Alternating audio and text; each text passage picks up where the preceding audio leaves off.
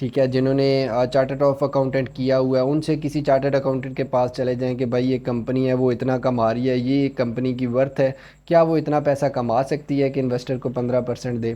تو سب سے پہلے تو اپنا یہ ڈاؤٹ کلیئر کریں کہ آپ لوگوں کے ساتھ فراڈ ہوا ہے، ٹھیک ہے۔ سیکنڈلی اگلی بات کرتے ہیں کہ اب فراڈ کس نے کیا ہے۔ فراڈ آپ کے ساتھ شوکت مروت نے کیا ہے، وہ فراڈ کر رہا تھا، منی روٹیٹ کر رہا تھا، آپ کی منی ایلیگلی باہر بھیج رہا تھا، ٹھیک ہے۔ اس کے بعد اب پاکستان والے یہ امید لگا کے بیٹھے ہیں کہ باہر والا پیسہ ہمارے پاس آئے گا اور ہماری ہیلپ ہوگی۔ آج تک آپ بتا دیں کہ پاکستان سے کوئی بھی پیسہ باہر گیا ہو اور وہ واپس پھر پاکستان میں آیا ہو؟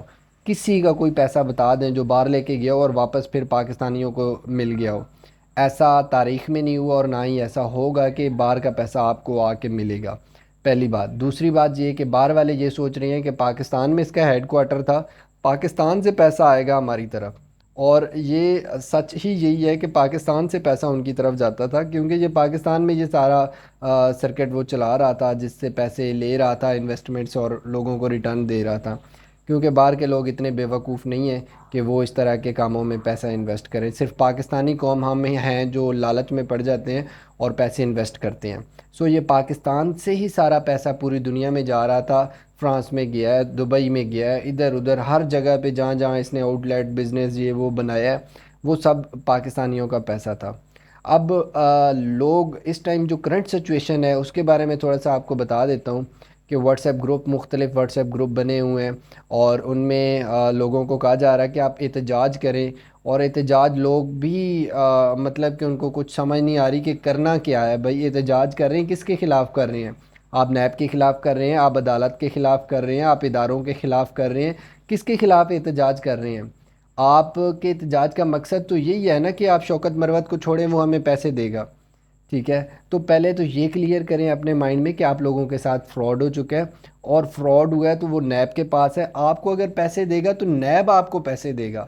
آپ نیب میں جا کے اپلیکیشن دیں، اپنا ایم او یو بتائیں، اپنی آئی ڈی کارڈ کی کاپی دیں، نیب پہ اپلیکیشن درج کروائیں، اور نیب آپ کو پیسہ دے گا شوکت مروت سے لے کے، ٹھیک ہے۔ یہ گورنمنٹ کی اتھارٹی ہوتی ہے کہ وہ اس طرح کے کلپریٹ سے پیسہ نکال کے عوام کو دے، نہ کہ آپ اداروں کے خلاف جا کے ادھر کھڑے ہو جائیں، آپ جو ہے وہ عدالت کے خلاف کھڑے ہو جائیں، تو آپ غلط ہوں گے، ٹھیک ہے۔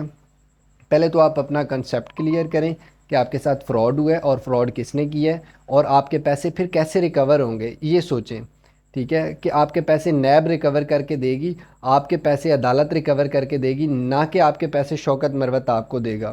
اور دوسری بات کہ یہ بات آپ ذہن میں رکھ لیں کہ آپ کا جو پیسہ ہے نا وہ باہر والا، وہ آپ کا پیسہ نہیں آتا۔ تو ہر بندے کی اپنی رائے ہے اور ہر بندہ یہ اپنی ایک حق رکھتا ہے کہ وہ اپنی سوچ رکھتا ہے کہ وہ اپنی حق کی رائے بتائے۔ میری جو رائے ہے، جو میرا ایکسپیرینس کہتا ہے، جو میری آبزرویشن کہتی ہے وہ یہ ہے کہ یہ سب لوگ بے وقوفی کر رہے ہیں، یہ سب لوگ غلط کر رہے ہیں۔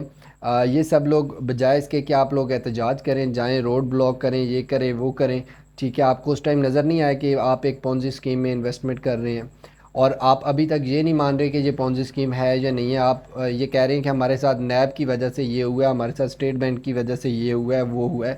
آپ کے ساتھ شوکت مروت نے کیا ہے، ٹھیک ہے، تو آپ کے پیسے صرف اور صرف نیب سے ہی وصول کیے جا سکتے ہیں۔ آپ نیب میں جا کے اپلیکیشن دیں، وہاں سے آپ کے پیسے جو ہے وہ ریکور ہو سکتے ہیں۔